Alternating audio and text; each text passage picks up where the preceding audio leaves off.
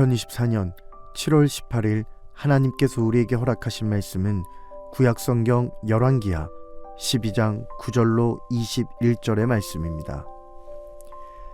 제사장 여호야다가 한 궤를 가져다가 그것의 뚜껑에 구멍을 뚫어 여호와의 전문 어귀 오른쪽 곧 제단 옆에 두매 여호와의 성전에 가져오는 모든 은을 다 문을 지키는 제사장들이 그 궤에 넣더라. 이에 그 궤 가운데 은이 많은 것을 보면 왕의 서기와 대제사장이 올라와서 여호와의 성전에 있는 대로 그 은을 계산하여 봉하고 그 달아본 은을 일하는 자 곧 여호와의 성전을 맡은 자의 손에 넘기면 그들은 또 여호와의 성전을 수리하는 목수와 건축하는 자들에게 주고 또 미장이와 석수에게 주고 또 여호와의 성전 파손한 데를 수리할 제목과 다듬은 돌을 사게 하며 그 성전을 수리할 모든 물건을 위하여 쓰게 하였으되 여호와의 성전에 드린 그 은으로 그 성전의 은대접이나 불집게나 주발이나 나팔이나 아무 금그릇이나 은그릇도 만들지 아니하고 그 은을 일하는 자에게 주어 그것으로 여호와의 성전을 수리하게 하였으며 또 그 은을 받아 일꾼에게 주는 사람들과 회개하지 아니하였으니 이는 그들이 성실히 일을 행하였음이라. 속건제의 은과 속죄제의 은은 여호와의 성전에 드리지 아니하고 제사장들에게 돌렸더라. 그때에 아람 왕 하사엘이 올라와서 가드를 쳐서 점령하고 예루살렘을 향하여 올라오고자 하므로 유다 왕 요아스가 그의 조상들 유다 왕 여호사밧과 여호람과 아하시아가 구별하여 드린 모든 성물과 자기가 구별하여 드린 성물과 여호와의 성전 곳간과 왕궁에 있는 금을 다 가져다가 아람 왕 하사엘에게 보냈더니 하사엘이 예루살렘에서 떠나갔더라. 요아스의 남은 사적과 그가 행한 모든 일은 유다 왕 역대지략에 기록되지 아니하였느냐. 요아스의 신복들이 일어나 반역하여 실라로 내려가는 길가의 밀로궁에서 그를 죽였고 그를 쳐서 죽인 신복은 시므아스의 아들 요사갈과 소멜의 아들 여호사밧이었더라. 그는 다윗성에 그의 조상들과 함께 장사되고 그의 아들 아마샤가 그를 대신하여 왕이 되니라. 오늘 우리에게 주신 말씀 구약성경 열왕기하 12장 9절로 21절의 말씀을 중심으로 신실한 신앙의 길에서 벗어난 자의 비극이라는 제목으로 주신 은혜의 말씀을 함께 나누겠습니다. 어제까지만 하더라도 남유다 왕 요아스는 하나님을 기쁘시게 하는 삶이었습니다. 하지만 위기 앞에선 요아스는 힘없이 무너지고 말았습니다. 정말 그 사람에 대해서 알고 싶다면 함께 단기 선교를 가보세요 라는 말이 있습니다. 선교 활동을 하다 보면 쉬운 일만 있는 건 아니거든요. 극한의 상황에서 또 여러 가지 어려움을 경험하게 되면서 체력의 한계를 느끼게 될 때 본인의 원래 모습이 나타나게 됩니다. 단기 선교뿐 아니라 일반적인 삶의 모습도 그렇습니다. 정말 친절해 보이는 사람도 차분해 보이는 사람도 위기와 극한의 상황 앞에 가면 그 사람의 본심이 나타납니다. 마음의 중심이 어떻게 서 있는지를 알게 되는 거죠. 요아스는 성전을 보수하며 하나님의 거룩한 성전을 잘 만들어 갔습니다. 실제로 그의 개혁을 제사장 여호야다가 도왔습니다. 9절 말씀을 보면 오늘날 우리가 사용하는 봉헌함이 등장하죠. 한 궤를 가져다가 뚜껑에 구멍을 뚫어서 성전에 두었다. 오늘날 봉헌함을 떠올리시면 이해가 빠를 겁니다. 다시 말해 누구도 함부로 거룩한 예물에 손대지 못하게 했습니다. 그리고 그 궤가 가득 차면 왕의 서기와 대제사장이 와서 그것을 계수하고 성전 보수 맡은 자들에게 주었습니다.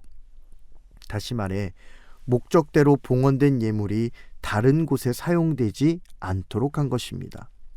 14절로 15절이 다 그 내용입니다. 어떤 것도 그것을 다르게 사용하지 않았다라는 거예요.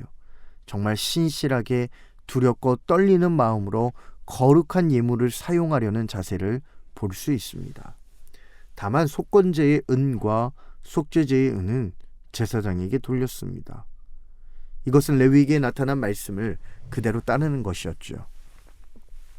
이처럼 하나님을 기쁘시게 하기 위해서 애쓰던 요아스가 큰 위기를 마주하게 됩니다. 17절 말씀에 보니 아람 왕 하사엘이 올라와서 가드를 쳐서 점령하고 예루살렘으로 올라오려 했다고 기록합니다. 위기를 맞이한 거죠. 그 소식을 들은 요아스는 놀랬습니다. 가슴이 철렁 내려앉았을 겁니다. 18절 말씀에 보니 여호와의 성전과 곡간과 왕궁에 있는 모든 금을 다 갖다가 바쳤다고 합니다. 그렇게 잘 이어왔는데 위기 앞에서 무너지는 요아스를 발견하게 됩니다. 위기 앞에 무너진 요아스, 그의 마지막은 어떻습니까? 쿠데타로 죽임을 당하게 됩니다. 암살을 당하죠. 비참합니다. 시작이 반이라는 말이 있지만 중요한 것은 반을 했다고 끝난 것이 아니라는 겁니다. 우리가 믿음의 길을 잘 걸어가도 믿음의 뿌리가 깊이 내려있지 않으면 위기 앞에 무너지게 됩니다. 왜냐? 우리를 흔드는 수많은 악한 무리들이 있기 때문입니다. 요아스는 하나님을 위해 거룩한 성전을 준비했습니다. 거룩한 성전이 될 수 있도록 보수하며 정직하게 예물들을 집행했습니다. 하지만 그의 마음에는 신실하신 하나님께서 어떤 상황에서도 지켜주시리라는 믿음의 뿌리가 깊이 내리지 못했습니다.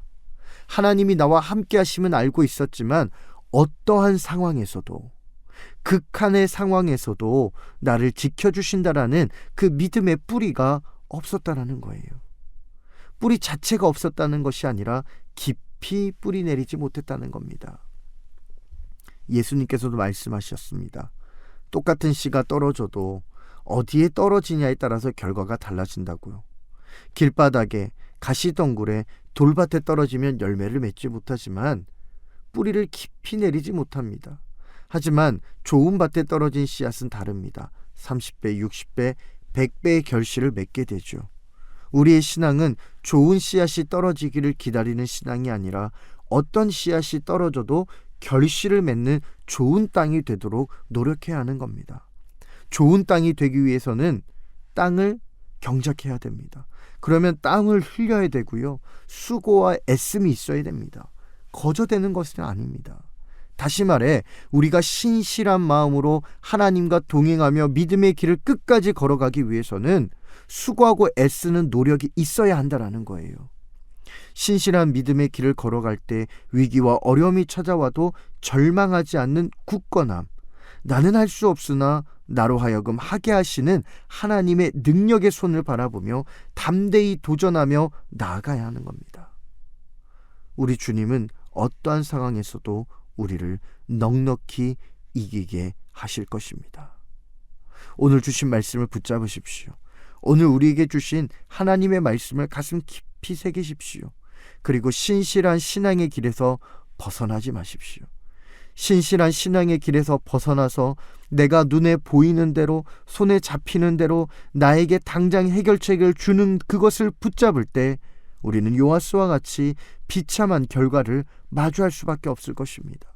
하지만 어떠한 상황에서도 우리를 넉넉하게 이기게 하시는 하나님을 바라보며 그 하나님의 손을 놓지 않고 걸어간다면 오직 강하고 담대한 마음으로 위기 앞에서도 믿음을 지키며 걸어갈 수 있게 될 것입니다. 오늘 주신 이 말씀을 통하여 우리의 삶이, 우리의 신앙이 어떠한 상황에서도 좌로나 우로나 치우치지 아니하고 오직 주의 말씀 가운데로 걸어가며 하나님과 함께 기쁨을 누리는 복된 삶을 살아갈 수 있기를 주님의 이름으로 축복합니다. 기도하겠습니다. 하나님 아버지, 우리의 삶이 신실한 길에서 벗어나지 않는 복된 삶 되게 하여 주시고 날마다 주님과 동행하는, 주님이 나와 함께 하심을 믿고 강하고 담대하게 살아가는 복된 삶 되게 하여 주시옵소서. 이 모든 말씀 예수님의 이름으로 간절히 기도하옵나이다. 아멘.